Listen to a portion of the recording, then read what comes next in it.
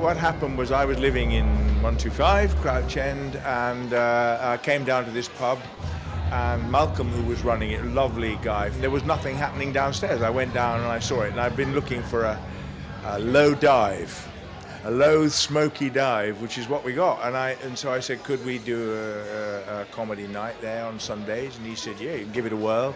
And after a while it took off, you know. With Peter, when Peter got involved, it took off, not me. I must confess, I'm 70 now, and I suddenly realised it seems, Christ, what have I done, you know, what have I been doing? So you've got quite a unique style of comparing, Huw. How would you describe what you do in between the acts? Well, I'm essentially, I suppose, I'm an old-fashioned warm-up artist. That's what I'm not a compere, really. I'm an old-fashioned warm-up artist. There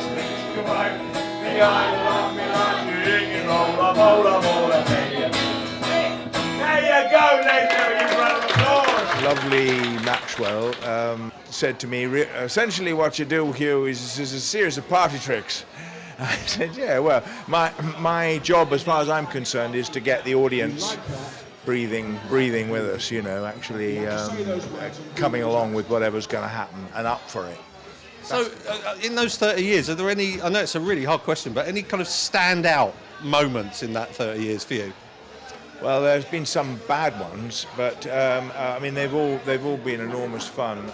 Yes, I mean I think perhaps the best moment I can remember, it wasn't actually on one of the Thursday, Saturday or Sunday nights. It was on a student night down there, packed, absolutely packed, and Omid Jalili showed up at the end. And he said, can I do 10 minutes? We'd asked him if he'd do 10 minutes. He didn't say he could. He came to do 10 minutes. And he did nearly an hour, I think.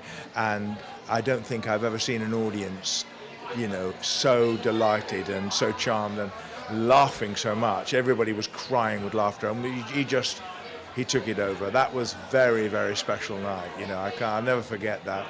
And we've had some wonderful performances. Really, I mean, really top people doing top stuff on form, so it's been joyous, yes. And one or two nights when it hasn't worked at all, you could feel the sourness in the atmosphere, you know. So is it true that one of the punters once bit you?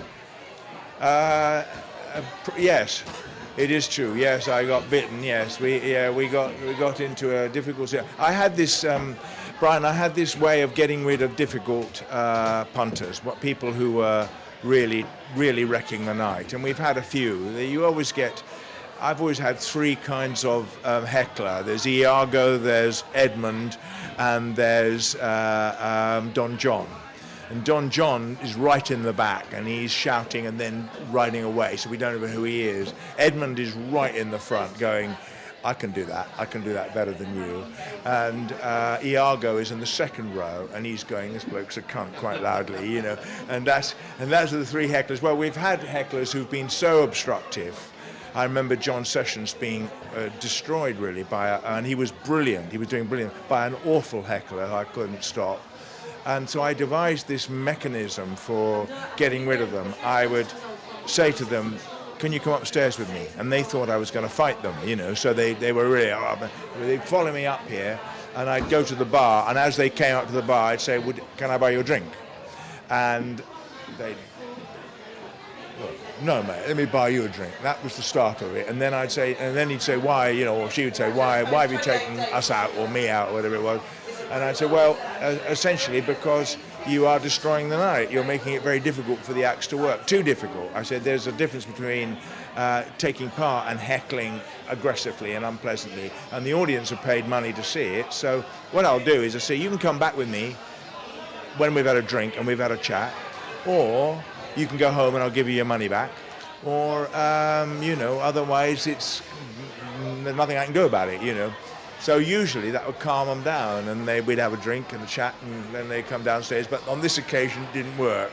And he followed me back down, because I'd arrived up at the bar, and there was already a fight at the bar. So I couldn't take him up there. So I went outside with him, and then he got seriously difficult. And so I said, okay, well, you're not coming back in. I came back down. He followed me back down. Then we had to try and get rid of him. With no choice. The joys of the comedy. Actually, we had on stage at the same time was Al Murray, And he was brilliant. You know, he was standing up there and there was this fight going on at the door. And he just said, it's nothing, it's just a British fight. It's a perfectly ordinary British fight. Nothing wrong with it at all. It's perfectly traditional. It's a traditional British fight. Leave it alone. And he kept attention on him while I got myself bitten. Yeah. So, Huw, you've done 30 years. Do you think this place is going to last another 30 years? I hope so. I really hope so, because I think it's lovely. It's got atmosphere now. It's got real... I don't know whether bricks contain resonance, but it has some resonance. And it's everything I always wanted. Intimate, small, odd-shaped, low-ceilinged. The lack of smoke hasn't really been detrimental. I thought it would be. It would nearly killed me, but I had to get out of it because I was getting bad asthma and stuff. I think the lack of smoke is fine, you know, and much healthier. And it's just brilliant space to play. Well, the last time we came down to film, Pete brought a smoke machine in just to get the atmosphere going. Yes, make it feel like. Thanks for talking to us. That's brilliant. Thanks, mate. Thank you very much.